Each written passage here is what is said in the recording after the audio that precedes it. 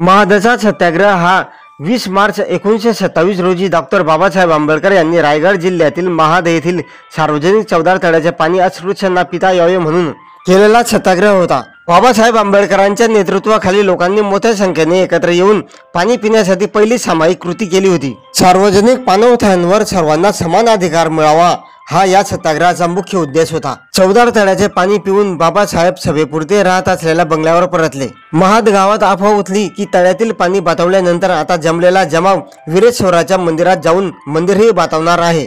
उच्च जातीयांचा एक घोळका हत्यारे लाथ्या काथ्या घेऊन सभेच्या ठिकाणी आला आणि त्यांनी सभेनंतर गावाकडे जाण्यापूर्वी जेवण करत असणाऱ्या अस्पृश्यांना मारहाण केली। नंतर उच्च जातीयांचा घोळका पूर्ण महाद गावामध्ये फिरून अस्पृश्यांना धमकावत होता। या सत्याग्रहामध्ये स्त्रियांचा सहभागी लक्षणीय होता। अर्थात सत्याग्रह चवदार तळ्याचा सत्याग्रह महाद मुक्ती संग्राम किंवा सामाजिक क्रांती म्हणून ओळखला जातो।